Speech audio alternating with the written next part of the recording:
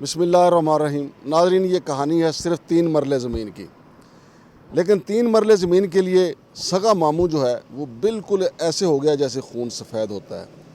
2 دفعہ ماں کہیں تو پھر جا کے ماما بنتا ہے۔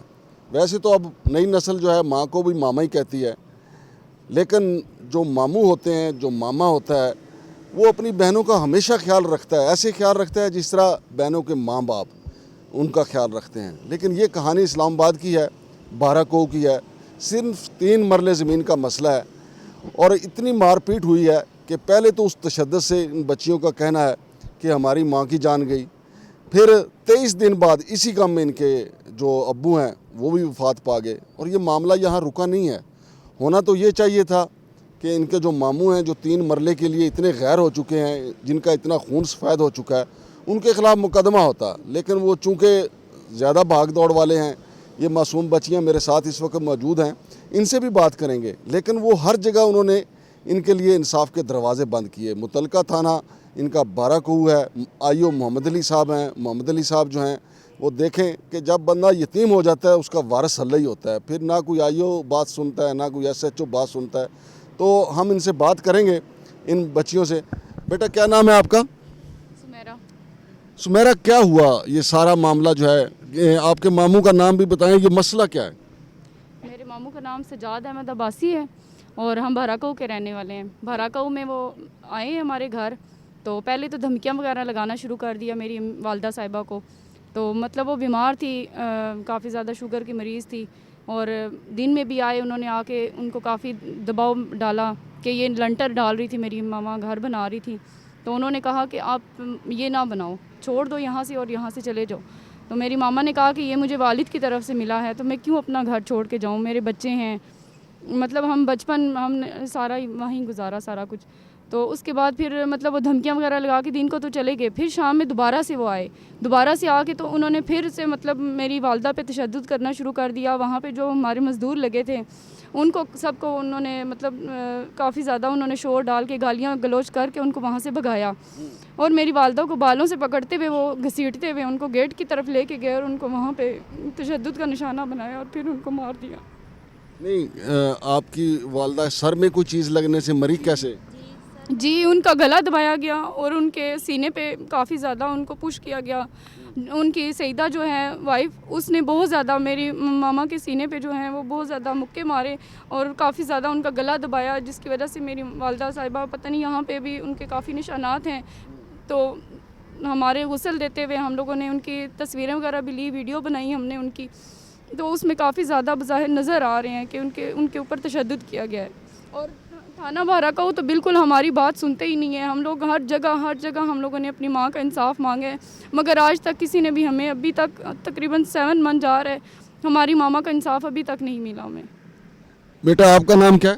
سمینا آصف۔ سمینا، یہ بتائیے گا کہ یہ جب سارا وقوع ہوا آپ اس وقت گھر پہ موجود تھے؟ جی بالکل، میری امی لینٹر ڈلوا رہی تھی تو ہم سب بہنوں کو انہوں نے انوائٹ کیا تھا۔ آپ کے بھائی کدھر ہیں؟ بھائی میرے دونوں بھائی رہے ہیں، ایک سعودیہ میں اور ایک دبئی میں ہے، وہ بھی نہیں ہے یہاں پہ۔ تو ماموں ظلم پہ ظلم کیے جا رہے ہیں اور کوئی قانون نہیں ہے پاکستان کا، کوئی ہمیں انصاف نہیں دیتا۔ نہیں تو آپ کے جو کوئی اہل محلہ مزدور کسی نے آپ کی ماما کو چھڑایا نہیں آپ کے ماموں سے؟ وہ انہوں نے ان کے سر پہ مار کے تو اسی وقت ہی قتل کر دیا تھا، اٹھی نہیں ہے دوبارہ۔ جی بیٹا آپ کا نام کیا ہے؟ نیلم سلیم۔ نیلم، آپ موجود تھی اس وقت جب کیا ہوا، سب کچھ کیا ہوا؟ سر پہلے یہ دن کو آ کے انہوں نے دھمکی وغیرہ دی ہے امی کو کہ تم نے لینٹر نہیں ڈالنا، اگر تم نے لینٹر ڈالا تو میں یہ کر دوں گا، وہ دھمکیاں گالی گلوچ بھی کی اس نے، اور اس بات کے ایویڈنس بھی ہمارے پاس موجود ہیں، مزدور جتنے بھی ہیں۔ تو پھر اس کے بعد شام کو یہ آیا، اپنی بیوی سعیدہ اور اپنے بیٹے عباد عبید اور خود یہ آ کے سیدھا چھت پہ گیا۔ پہلے اس نے مزدوروں کو گالیاں وغیرہ دے کے وہاں سے ڈرا دھمکا کے بھگایا، تو اس کے بعد یہ نیچے آ کے اس نے میری امی کو پکڑا، اور میری امی نے ایک دفعہ اپنے آپ کو چھڑا کے وہ اندر بھی گئی تھی۔ وہ پھر اس نے دروازے کو، وہ جو بائک کے اوپر جی چین کا کور ہوتا ہے وہ مار کے تو اس نے دروازہ بھی توڑا تھا۔ ہمارے پاس ہر چیز کی ایویڈنس ہے، ویڈیوز ہیں، پکچرز موجود ہیں۔ پھر اس نے توڑ کے پھر اس نے اندر آیا, اندر سے آ کے میرے بھائی چھوٹے بھائی اسد کو پہلے لے کے گئے, اس کو اس نے چھری ماری, چھری سے اس کا یہ والا ہاتھ بھی یہاں سے کٹ گیا تھا جس کا ہم نے میڈیکل بھی کروایا ہے. اور پھر چھری مار کے پھر اس نے میری امی کو بھی پکڑا ہوا تھا, اس کی بیوی نے میری امی کو ایسے پکڑ کے پیچھے سے دل پہ مکے مارے بہت زور زور سے. اس کے بعد یہاں سے گلا ان کا پکڑا, جو ہمارے پاس ویڈیوز اور پکچرز امی کی ابھی بھی موجود ہیں. اس کے بعد ان کے سر پہ وہ لوہے والا مارا جس کے یہاں سے لے کے یہاں تک میری امی کا سر کھل گیا تھا سارا.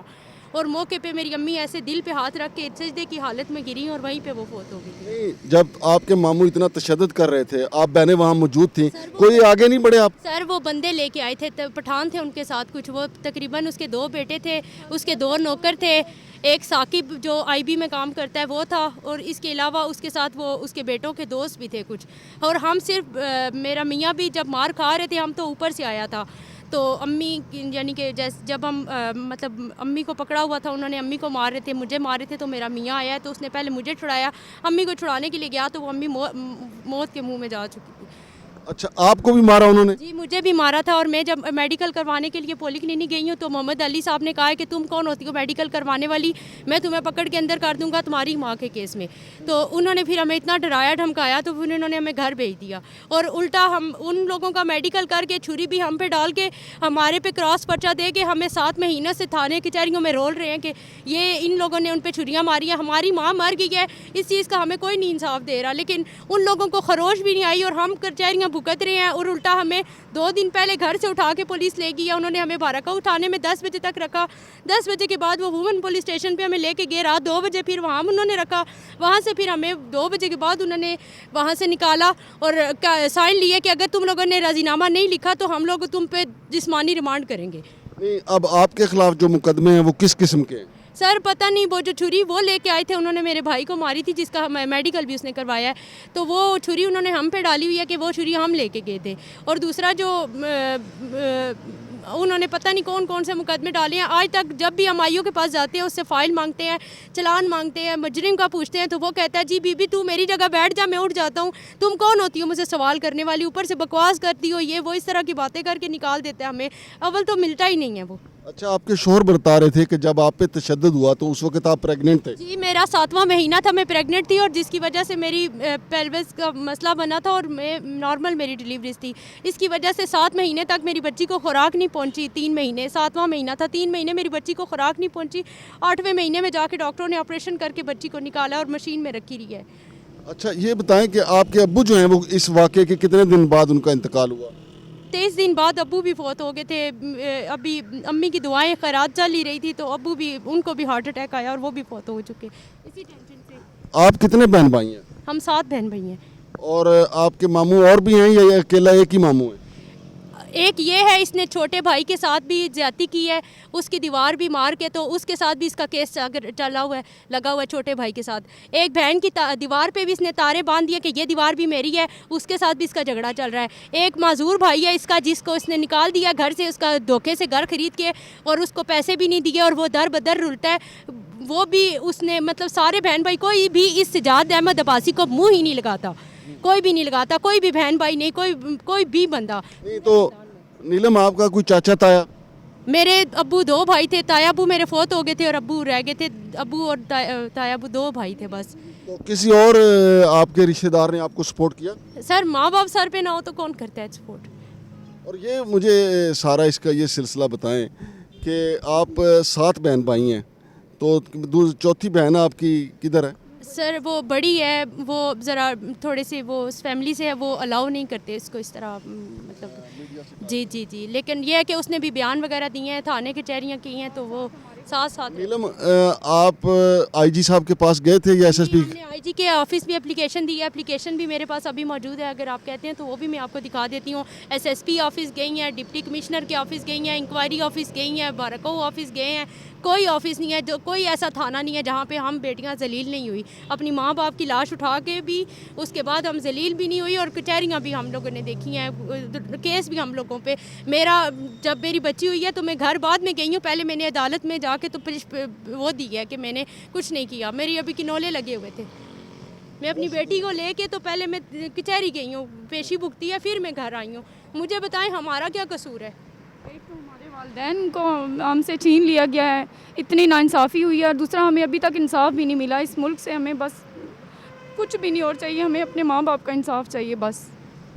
بہت شکریہ جی.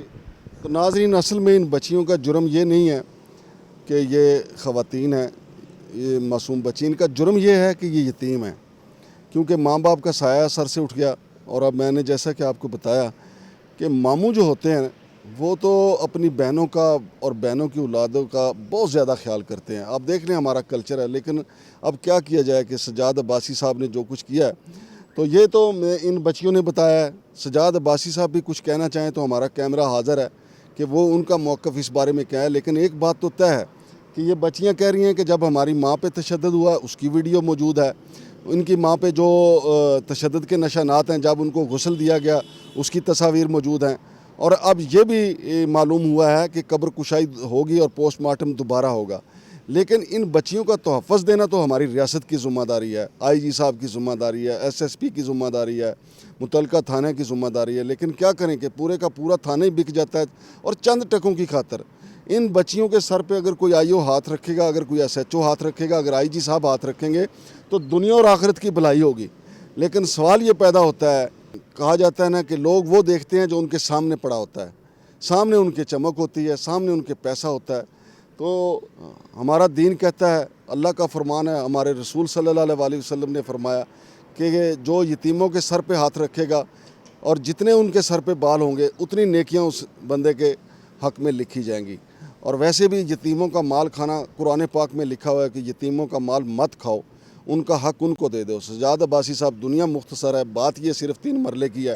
3 مرلے میں اگر آپ کی سگی بہن کی بیٹیاں رہیں گی، ماں باپ تو اب ان کے چلے گئے، وہ واپس نہیں آئیں گے، لیکن 3 مرلے میں میرا تو خیال یہ ہے کہ جو سگے ماموں ہوتے ہیں وہ تو اپنی جگر کاٹ کے جو ہیں وہ بہن کی اولادوں کو دے دیتے ہیں. 3 مرلے کے لیے اپنی سگی بہن کی بچیوں کو تھانہ کچہری میں رلا دینا یہ کوئی بڑی زیادتی ہے، انصاف نہیں ہے. سجاد عباسی صاحب، آپ کچھ کہنا چاہیں تو ہمارا فورم حاضر ہے. تو ہمارا تھانے سے آئی او محمد علی صاحب سے بھی آپ ہمارا ایڈریس لیں گے تو آپ کو مل جائے گا. بہرحال ان بچیوں کی آواز ہم بلند کریں گے تاکہ ان کو انصاف ملے. شمشاد مانگٹ کو اجازت دیجیے. اللہ حافظ.